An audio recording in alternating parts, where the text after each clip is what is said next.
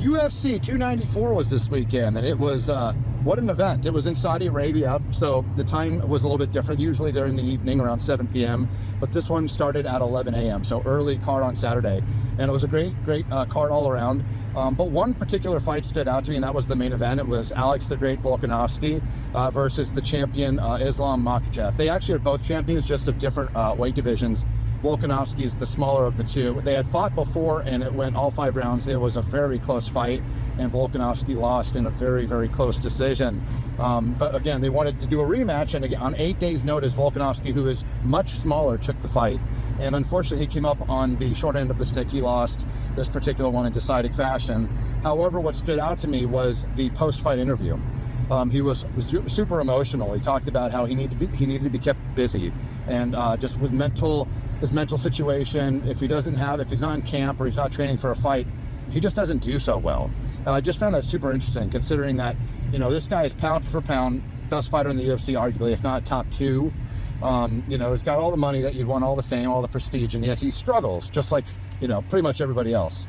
Unless he's kept busy. He needs to be in some capacity, just preparing for something, training for something. And I found that super interesting, because I can relate to that quite a bit, how I need to be kept busy.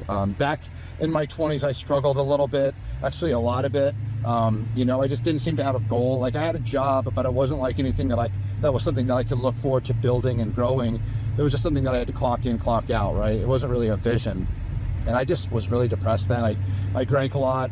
It was just, you know, I was a different person then. And then as I got older, luckily, you know, I developed into my career, you know, there's fitness journeys, you know, with my family and everything else. I wanted to aspire to be better, so I'd have vision. And then the visions helped me get out of bed. They helped me strive and work towards and to get better and to improve and everything else. And so that's something that I've noticed too with a lot of people, you know, friends and family members of mine that are depressed, or, you know, just, you know, admittedly not doing too hot, and ultimately they're missing one thing, and it's usually a vision or a goal or something to look forward to, something to get them out of bed. And it doesn't need to be a UFC fight. It doesn't need to be building a company. It can be something as simple as teaching your bulldog a new trick, or, you know, I don't know, taking a lesson to learn a language, your first one. Just something that you can start and that you can build on, and that'll help you get out of bed, and there's a goal and there's a vision in place.